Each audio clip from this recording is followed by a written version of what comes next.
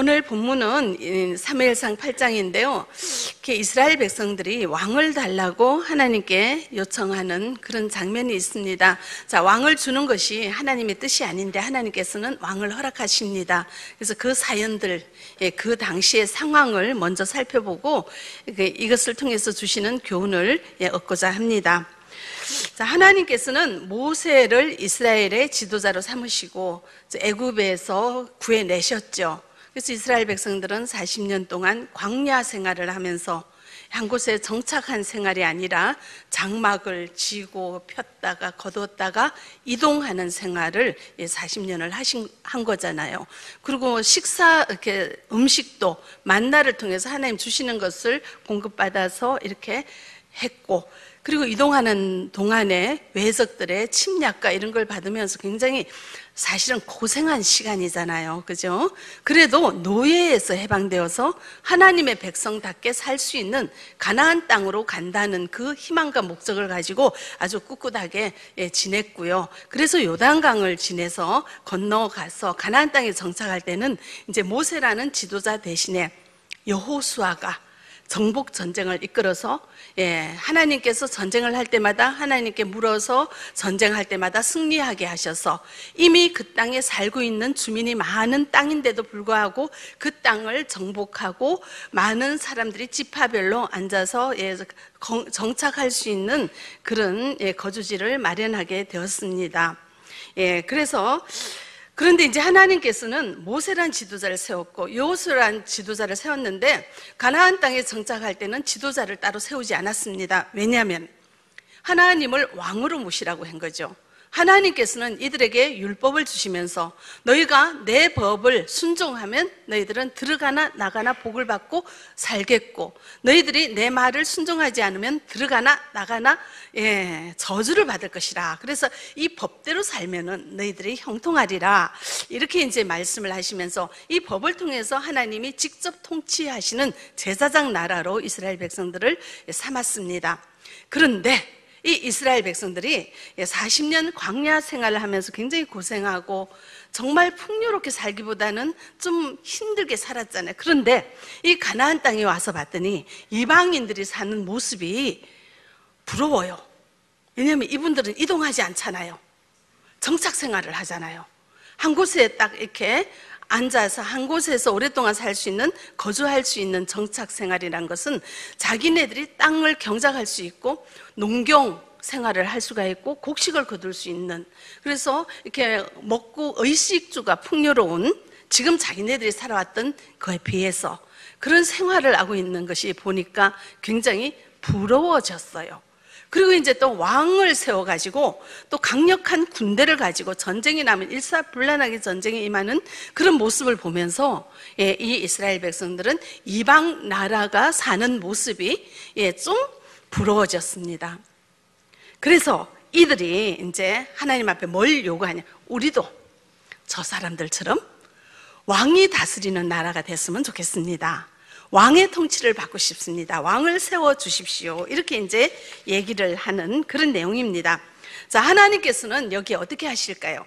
당시 상황을 먼저 보겠습니다. 1절, 3절 우리 같이 읽어보겠습니다. 사무엘이 늙음에 그의 아들들을 이스라엘 사사로 삼으니 장자의 이름은 요엘이요 차자의 이름은 아비야라. 그들의 브엘세바에서 사사가 되니라. 그의 아들들이 자기 아버지의 행위를 따르지 아니하고 이익을 따라 뇌물을 받고 판결을 굽게 하니라. 아멘. 이제 사무엘이 늙었습니다. 그래서 이제 그의 아들을 사사로 세웠습니다. 사무엘이 아들을 사사로 삼은 것은 자기 개인적인 생각으로 세운 거예요. 사사는 원래 하나님께서 세우는 겁니다. 그리고 사사는 세습할 수가 없습니다. 그런데도 불구하고 사무엘이 자기 아들을 사사로 세워버렸어요. 이거는 사무엘이 잘못한 거죠. 이런 실수를 했네요. 그래서 성경에는 이들을 사사라고 하지 않더라고요. 마지막 사사는 사무엘이다 이렇게 얘기를 해요. 그래서 그 아들들은 사사의 대열에 넣지 않더라고요. 그런데 이 아들들이 어떤 행위를 했는가 3절에 보시면은 이익을 따라 뇌물을 받고, 그리고 재판을 한 거예요. 판결을 굳게 한 거잖아요. 훌륭한 지도자가 아니라 불의한 지도자잖아요. 그러니까 이런 훌륭하지 못한 지도자를 모시고 사는 이 이스라엘 백성들이 불만이 생겼어요. 그래서 이제 사무엘에게 나와서 하나님 앞에 아뢰기를, 우리는 훌륭한 지도자를 주십시오라고 한 것이 아니라 왕을 주십시오, 이렇게 이야기를 했습니다. 근데 이들이 왕을 달라고 하는 이유는 또 다른 속셈이 있었어요. 자, 5절을 우리 한번 같이 읽어보겠습니다. 그에게 이르되 보소서, 당신은 늙고 당신의 아들들은 당신의 행위를 따르지 아니하니 모든 나라와 같이 우리에게 왕을 세워 우리를 다스리게 하소서 한지라. 자, 이제 이스라엘 장로들이 하나님께 왕을 달라고 요청하는 이유가, 첫 번째가 사무엘의 아들들이 제대로 훌륭한 지도자 노릇을 못하니까 우리는 왕이 필요합니다 해서 첫 번째 이유고, 두 번째는 보시면은 그 사람들의 마음이 있어요. 뭐와 같이? 모든 나라와 같이. 이게 오늘 제목인데요. 모든 나라와 같이 우리에게 왕을 세워주십시오, 이렇게 요청을 하는 겁니다. 왜 모든 나라와 같이 하는가 하면은, 자, 아까 제가 말씀을 드렸죠. 이 가나안 땅에 들어와서 사는 이스라엘 백성들은 이방 나라들이 부러워졌잖아요. 농사를 짓고 풍요로운 곡식을 가지고 전쟁을 해도 강력한 군사가 있어서 사는 것이 어려워 보이지 않아요. 좋아 보여요. 그러니까 그들이 부러워지니까 그들처럼 우리도 살게 해주세요, 이렇게 얘기를 하는 거예요. 그들처럼 살기 위해서 우리가 뭐가 필요하다고요? 왕이 필요하니까 왕을 주십시오, 이렇게 이제 얘기를 합니다. 그런데요, 여기서 모든 나라와 같이 우리에게 왕을 세워 주세요 하는 이 말이 하나님 앞에 굉장히 불순종하는 말이에요. 그냥 보면 그럴 듯 하죠? 근데 한번 생각을 해보세요. 우리 같이 생각을 해보자고요. 자, 이스라엘 백성들은 하나님의 은혜로 홍해의 기적을 경험했고, 광야 40년 동안 만나를 주는 걸 먹어서 배고프지 않았어요. 외적의 침략을 하나님께서 막아주셨어요. 지금까지 그 노예에서 해방되어 자유로운 하나님 백성으로 살기 위하여 그 가나안 땅에 들어가는 것을 목표로 해서 잠깐 고생을 했어요. 그런데 이제 지금 가나안 땅에 그 정복 전쟁을 통해서 이미 살고 있는 주민들이 있음에도 불구하고 하나님께서는 특히 그들이 정착할 곳을 마련해 주었어요. 아름다운 땅을 주었어요. 지금까지 하나님께서 우리 이스라엘 백성들에게 한 일을 기억하면, 자, 지금까지는 고생했지만 앞으로 하나님께서 우리에게 어떻게 하실 것이라는 것을 믿음으로 기대할 수 있지 않습니까? 하나님께서 하신 일은 다 잊어버리고 지금 이방 나라들이 사는 것이 부러워졌어요. 그러므로 우리도 저 사람들이 사는, 저렇게 잘 사는 제도를 주십시오, 왕을 주십시오, 이렇게 이야기하는 것은 하나님의 은혜를 잊어버리는 것이고 하나님의 통치를 거절하는 것이에요. 사실 이 사람들은 어떻게 하나님 앞에 구해야 되냐면은, 하나님, 지금 사무엘의 아들들이 제대로 훌륭한 지도자가 못 되었는데요, 우리도 잘 살 수 있고 우리가 좀 더 잘 이렇게 안전한 생활을 하기 위하여 훌륭한 지도자를 주십시오 라고 구해야 되겠죠. 그런데 하나님의 생각은 물어보지도 않고 자기네들이 결정을 해버렸어. 왕을 우리 줘야 된다고. 굉장히 오만불손한 결정을 해서 하나님 앞에 요구를 하는 겁니다. 그런데 자, 이 사람들이 그런 오만불손한 결정을 해서 하나님 왕 주세요 하고 이렇게 막 밀어붙이고 때를 쓰는 이유는 그 마음에 하나님보다 뭐가 더 많이 들어와 있어서 그렇죠? 세상이 가득한 거예요. 그 보이지 않는 하나님의 지금까지 역사하신 거 다 잊어버리고, 보이지 않는 하나님의 위대하심은 잊어버리고, 저 보이는 이방 나라의 화려함에 매료되어 버린 거죠. 자, 우리도 가끔 그럴 때가 있지 않습니까? 우리가 이제 사실 우리 열심히 믿는 우리 집사님들 다 이제 이렇게 우리는 중국에 거주지니까, 조국이니까 자주 왔다 갔다 하는데요, 중국에 다녀오면 제가 가슴이 좀 조마조마해요. 중국에 가서 뭘 보냐면은, 중국엔 예수를 잘 안 믿잖아요, 그죠? 예수 믿지 않고 너무 편안하게 잘 사는 사람들을 봐요. 저 사람은 예수도 안 믿는데 저렇게 잘 사네. 저 사람 예수도 안 믿는데 저렇게 떵떵거리고 사네. 그러면서 어떤 생각이 드냐면 내가 믿는 하나님이 초라해 보여요. 나 한국에서 그렇게 열심히 일하면서 주일마다 빠지지 않고 이렇게 열심히 다녔는데 나보다 저 사람 더 잘 사네요, 하나님. 그러면서 부러워지는 거예요. 하나님이 별차나 보여서 이제 마음에 결정을 하죠. 그래, 내가 이제 힘이 있을 때 더 열심히 일해야지. 뭐 그렇게 교회 다닌다고 애를 쓰나 하면서 한국으로 오시면서 살짝 교회를 접는 경우도 있으시고요. 또 한국에서 살다 보면은 재벌들도 예수 안 믿는 재벌 많잖아요. 잘 사는 사람, 예수 안 믿는 사람 너무 많잖아요. 그러니까 가치가 거기에 둬버리니까 안 믿고 잘 사는 세상의 하렘을 보면 부러워지면서 그래, 나도 그냥 좀 이제 저 사람들처럼 저렇게 살아야지, 교회 그렇게 다닐 필요 없어 하면서 하나님을 끊어버리고 교회를 끊어버리면서 세상으로 푹 빠져서 살아가는 우리들의 마음도 있습니다. 제가 이제 이런 얘기를 이제 가끔 하면요, 우리 집사님들이, 우리 성도님들이 나중에 나하고 얘기할 때 뭐라고 하는지 아세요? 어떻게 목사님은 그렇게 나를 콕 찍어서 그렇게 말씀을 하세요? 어떻게 목사님 내 마음을 그렇게 잘 아세요? 이렇게 이제 얘기를 해요. 꼭 나보고 하는 얘기 같다고. 자, 우리 주님께서 여러분들에게 하시는 말씀인 줄 받으시기 바랍니다. 우리 그런 적 있죠? 예, 회개하시고 하나님만 우리의 최고의 주님이 되도록 주님 앞에 집중할 수 있기를 바랍니다. 자, 이스라엘 백성들은 이 마음이 이미 세상에 빠져버렸기 때문에 이렇게 얘기합니다. 7절. 우리 그렇게 결정을 해요. 그러니까 이렇게 얘기합니다. 7절 우리 같이 읽어보겠습니다. 여호와께서 사무엘에게 이르시되 백성이 내게 한 말을 다 들으라. 이는 그들이 너를 버림이 아니요 나를 버려 자기들의 왕이 되지 못하게 함이니라. 아멘.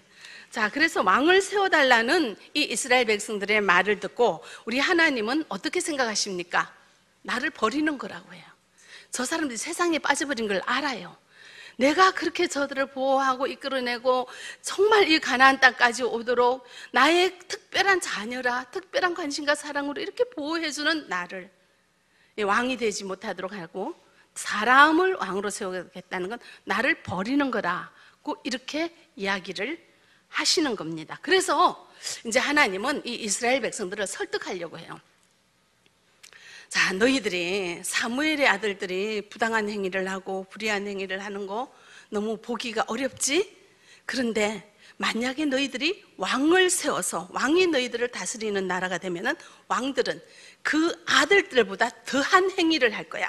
너희들이 재물을 착취할 것이고 너희들을 노예로 부릴 것이고 너희들의 아들들은 전쟁에 내보내서 전쟁을 하게 할 것이며 이렇게 해서 그 왕은 너희들의 자녀들은 백성들은 그 왕의 종이 될 것이다. 이렇게 이제 하나님께서 왕이 다스리는 왕정 제도가 되는 사회가 되면 어떤 폐단이 있을 것인가에 대해서 11절부터 17절까지 얘기를 해요. 그 부분 읽으셨죠? 자, 이렇게까지 길게 성경에서 한 구절을 적는 것도 참 대단한 하나님의 관심인데 이렇게 긴 구절을 해서 이 성도들에게, 이 백성들에게 알려요. 근데 이 말을 듣는 이스라엘 백성들은 뭐라고 합니까? 19절에 우리 같이 읽어보겠습니다. 백성이 사무엘의 말 듣기를 거절하여 이르되 아니로소이다. 우리도 우리 왕이 있어야 하리니. 아유, 왕 세워달래요. 야, 배짱이 대단하죠. 하나님 무서운지를 모르는 거야. 그죠? 이미 이 마음이 뺏겨버리니까 뭐도 보이지 않는 거예요. 우리가 예수님 옆에서 그렇게 수년 동안 훈련받는 유다가 이 눈이 어두워지니까 예수님의 말씀이 들어오지를 않잖아요. 그런 것처럼 이 이스라엘 백성들에게도 하나님의 말씀이 들어가지가 않아요. 자, 그랬더니 하나님께서는 뭐라고 하시냐면 21절, 22절 우리 같이 읽어보겠습니다. 사무엘이 백성의 말을 다 듣고 여호와께 아뢰매 여호와께서 사무엘에게 이르시되 그들의 말을 들어 왕을 세우라 하시니. 아멘. 뭐라고 하십니까? 하나님께서 왕을 세우라고 해요. 자, 여기에서 우리가 이제 이 하나님의 말씀과 하나님의 결단을 우리가 보면서 좀 궁금해집니다. 자, 이스라엘 백성들이 막 왕을 달라고 떼를 쓰는 게 하나님의 뜻과 같아요? 달라요? 다르죠. 하나님께서는 그러잖아요. 무엇이든지 나의 뜻대로, 그의 뜻대로 구하는 자에게는 하나님이 응답하신다고 했는데, 이 말씀이 하나님의 뜻과 다른데 하나님이 왜 응답을 하실까요? 자, 이걸 통해서 하나님의 뜻이, 응답하신 뜻이 무엇인지 우리가 보도록 하겠습니다. 하나님께서는 우리 백성들에게 그의 뜻을 적극적으로 이렇게 시행해 줄 때가 있고, 하나님께서는 소극적으로 방임할 때가 있어요. 그래, 두고 보자, 이렇게. 자, 사단이 욥을 시험하려고 할 때, 그거 욥을 시험하는 건 하나님의 뜻이 아니에요. 그런데도 하나님께서 두고 보셨어요. 허락하셨어요. 왜냐? 그냥 두고 보는 거예요. 그냥 하도록 두고 보고 방임할 때가 있습니다. 왜냐하면은 그 이후에 욥에게 줄 교훈이 있기 때문에 그렇죠. 그리고 하나님께서는 그 욥을 시험하는, 사탄이 욥을 시험하는 걸 통해서 하나님께서는 보고자 하는 하나님의 생각이 있어요. 뜻이 있어요. 왜냐? 평안할 때 나를 잘 섬긴 이 사람이 어려워도 나를 잘 섬길까? 그 사람의 믿음을 한번 확인해 보고자 하는 하나님의 계획이 있기 때문에 그것을 허락하는 거예요. 그래서 하나님의 뜻은 적극적으로 시행할 때가 있고 소극적으로 시행할 때가 있습니다. 자, 지금은 하나님의 뜻이 아닌 것을 하나님께서는 소극적으로 허락하시는 그런 경우인데요. 왜 이렇게 소극적으로 허락하실까요? 예, 제가 초등학교 때 시절이 생각이 납니다. 저는 1950년대 후반 이제 태생이죠. 그래서 1960년대 초등학교를 다녔습니다. 이 한국에서 1960년대 초반에 라면이 나왔어요. 라면. 삼양라면이 1964년에 처음 나왔어요. 그래서 이제 라면이라는 새로운 물건이, 상품이 처음 나왔을 때 우리 이제 아버지께서 그걸 한 박스를 사가지고 집에서 끓여줬는데 제가 그게 너무 맛있는 거예요. 너무 맛있는 거예요. 늘 먹고 싶어요. 집에서도 먹고 학교에서도 먹고 싶어요. 그래서 이제 제가 어머니께 부탁을 했어요. 도시락을 라면으로 싸달라고. 저는 모르잖아요. 그게 어떤 일이 벌어질지. 그랬더니 이제 어머니께서는 뭐 이러고 저러고 얘기를 했겠지. 안 된다 이제 얘기를 했는데, 제가 얼마나 볶았는지 얼마나 요청을 했는지 하루는 라면을 도시락으로 싸주셨어요. 요즘같이 도시락이 밀폐 용기가 아니에요. 그 알루미늄 뚜껑이 헐렁헐렁한 그 뚜껑에다가 라면을, 국물은 빼고 했지만 그래도 좀 있잖아요. 그래도 국물이 흐를까봐 겹겹이 싸서 이제 제 가방에 주시기는 했지만, 제가 점심시간이 되었을 때 그 가방을 열 때 어떤 일이 있었겠습니까? 그리고 뚜껑을 열어서 제가 먹으려고 봤더니 라면이 뭐 굉장히 뭐 하여튼 불어가지고 야단이 났죠. 그래서 제가 또 자존심이 남겨갈 수는 없고 해서 다 먹었어요. 제가 이제 참, 우리 어머니께서는 왜 라면을 도시락으로 싸주셨을까요? 제가 이제 고민이 되더라고요. 참 우리 엄마도 대단하다. 예, 참 실물 교육을 시킨 거죠. 불은 라면 봐라 이거잖아, 그죠? 그래서 저도 이제 그때 알았어요. 라면 끓여가지고 오래 두면 붓는구나. 그러고는 먹기가 어렵구나. 그러면서 제가 깨달은 것은 어머니 말씀은 틀린 게 없구나. 어른 말씀은 들어야 되구나.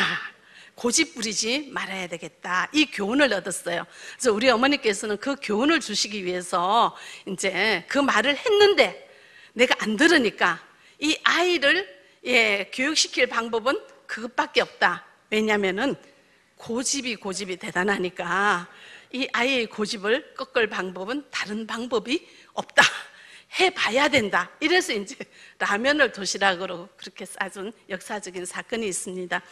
지금 제가 이제 그 생각을 하면서 돌아보니까 우리 어머니께서 나를 키운다가 되게 고생을 하셨을 것 같아요. 고집이 얼마나 대단합니까? 그죠? 그리고 또 생각하니까 제가 장로님하고 40년을 살았는데 우리 장로님도 얼마나 제가 고생을 시켰을까? 이 고집이 제가 보통 고집이 아닌 것 같습니다. 또 이런 사건이 여러 개가 있어요. 제가 절대로 고집을 안 꺾고 그냥 이렇게 밀고 나간 이런 일들이 참 많은데, 고집을 사람마다 살살해서 말 들으면 그냥 되는데 이 고집을 부리는 사람은 감당이 불감당하잖아요. 이스라엘 백성이 그랬던 것 같아요. 하나님 보시기에 참 사람이 다양하죠, 그죠? 제가 그 고집이 있으니까 이 사역을 24년째 고집스럽게 하는 것 같습니다. 이렇게 사용하세요, 하나님은. 예, 하여튼 그래서 이스라엘 백성들도 이 고집이 지금 하나님 말씀이 안 들어가잖아요. 이렇다 저렇다 아무리 얘기해도 안 들어가잖아요. 그러니까 하나님께서는 이 이스라엘의 고집을 꺾을 방법이 다른 방법이 없다. 해봐야 된다. 해서 왕을 세워주셨죠. 그러면서 하나님은 이 왕을 세운 이 왕정 제도를 가진 이스라엘의 미래가 어떻게 될지 아시죠? 라면을 도시락으로 싸가면 그 미래가 어떻게 될지 아는 것처럼, 어른들은 아는 것처럼 하나님은 이스라엘 백성을 왕을 세웠을 때 이스라엘의 미래가 어떻게 되는지 하나님은 예측을 하셨어요. 그래서 하나님의 예측대로 이스라엘은 왕들이, 남유다는 굉장히 훌륭한 왕이 많아서 괜찮았는데 북이스라엘은 악한 왕이 다스리니까 하나님을 멀리하고 백성을 핍박하고 타락한 세상이 되어서 이스라엘은 아수르에게 멸망하고 남유다는 나중에 바벨론에게 멸망하는 멸망의 길로 갈 수밖에 없게 된 것이에요. 하나님은 이것을 아셨잖아요. 다 아시고도 그냥 허용하신 거죠. 왜냐? 이스라엘 백성들을 그냥 니네들 실패해라, 니네들 고생해봐라, 이게 아니에요. 하나님은 우리 백성들을 사랑하십니다. 하나님의 자녀를 사랑하십니다. 하나님의 사랑은 하나님이 가장 원하는 건 우리가 하나님께로 돌아오는 거예요. 우리가 하나님과 가까이 지내는 거예요. 아무리 말해도 안 들으면은 그 가장 이제 아주 그냥 그런 방법을 쓰셨던 거죠. 그래서 이들이 실패하고 멸망했을 때 하나님께서는 이 다윗이라는 왕의 자손을 통해서 누가 탄생하게 하셨죠? 예수 그리스도가 탄생하셨습니다. 그래서 이 예수 그리스도를 통하여 이 이기적이고 교만하고 탐욕적이고 하나님은 모르고 자기밖에 모르고 세상의 멸망의 길로 가기를 좋아하는 이 사람들을 구할 수 있는 길은 오직 예수 그리스도밖에 없다는 것을 아시고 이미 계획하신 대로 다윗의 자손으로 우리 예수 그리스도 탄생하게 하시고 이 예수 그리스도의 십자가의 피를 그리고 부활을 믿는 자들에게는 영원한 생명을 얻게 하셔서 저 지옥의 형벌 받지 않도록 구원해 주실 그 계획을 미리 세우셨던 거예요. 근데 하나님은 사랑의 하나님이니까 자, 왕을 줬어요. 왕정 제도를 세워주셨어요. 왕을 세워주셨어요. 말 안 듣고 배신하고 하나님 필요 없다고 세상으로 달려가는 이 사람들에게 원하는 대로 해주면서도 하나님은 사랑의 하나님이니까 이 이스라엘 백성들 하나님의 자녀에 대한 사랑을 놓지 않으시고 쳐다보시고 보살펴 주시고 선지자를 보내주시고 너희들이 내 말을 듣고 순종하면 어떻게 하리라 돌아오라 얼마나 많은 말씀을 하셨습니까? 그래서 다윗같이 훌륭한 왕이 이스라엘을 통치할 때는 최고의 영토를 갖게 되고 너무나 이렇게 안전하게 행복하게 사는 이스라엘을 경험하게도 하셨습니다. 그리고 남유다에는 너무나 많은 훌륭한 왕이 나라를 통치할 때는 그래도 번영하고 번창하고 하나님의 작은 천국을 이루는 그런 나라를 경험하게도 하셨습니다. 그러나 인간이 너무나 악하고 제약되니까 또한 멸망의 길로 가고 하나님 배신하는 길로 갔을 때는 결국은 이스라엘이 실패의 길, 멸망의 길에 도달했지만 하나님은 사랑하는 자녀들이 실패로 끝나게 두지 않으셨어요. 그 실패를 통해서 하나님이 하실 일을 계획하셨기 때문에 하나님께서는 이스라엘의 요구를 들어주시고 왕을 세워주신 거예요. 그러면 하나님께서는 이스라엘의 요구를 들어주시고 왕을 세워주신 것은 그 이스라엘 자손들에게 져서 그런 것이 아니라 하나님의 더 놀라운 계획을 이루기 위하여 그들을 허락하셨다는 것을 기억하시기 바랍니다. 하나님께서 사탄이 욥을 시험할 때 사탄에게 져서 그 시험을 허락한 것이 아니라 그를 통해서 이루고자 하는 하나님의 놀라운 계획이 있기 때문에 하나님께서는 허락하신 것입니다. 하나님은 우리를 영원히 버리지 아니하시고 무한히 사랑하시고 늘 관심 가운데 우리를 붙들어 주시고 보살펴 주시는 좋으신 하나님인 것을 여러분들 잊지 마시기 바랍니다. 이런 보이지 않는 하나님의 선하심과 인자하심과 영원하심을 우리가 잊어버릴 때는 이스라엘 백성들처럼 모든 나라같이 되려고 세상을 바라보고 세상의 유혹에 끌려서 세상을 부러워하면서 그 길로 쫓아가게 되는 것을 우리는 오늘 성경 말씀을 통해서 봤습니다. 하나님이 가지 말라는 길을 갔을 때 그 결과는 무엇입니까? 실패 그리고 멸망입니다. 여러분들 이런 교훈을 보시고 성경의 말씀을 꼭 기억하시고 하나님은 살아계시고 우리에게 늘 좋은 것을 주시기를 원하시고 우리가 실패할지라도 우리가 주님을 배신할지라도 우리를 향한 주님의 사랑의 끈을 놓지 않는다는 사실을 기억하시고 매 순간순간 주님을 바라보고 주님을 의지하는 우리의 신앙생활이 되어지기를 바랍니다. 여러분들 문제가 있습니까? 기도하십시오. 기도하면 되겠죠? 때를 쓰세요. 들어주시잖아요. 그런데 우리가 주님 앞에 요구하는 것이 주님의 뜻에 맞으면 좋은 열매를 맺게 되겠죠. 근데 주님의 뜻과 이렇게 맞지 않으면 실패의 열매를 맺을 수도 있어요. 근데 실패의 열매를 맺어도 걱정하지 않을 것은 거기에서 또 우리를 어떻게 해요? 구해주시는 하나님이시라는 것을 기억하시고요. 우리의 문제가 있을 때는 무조건 기도하시기 바랍니다. 기도했는데 응답이 없잖아요. 오랫동안 기도했는데 응답 없잖아요. 그럼 깨달으셔야지. 아, 이게 길이 아니구나.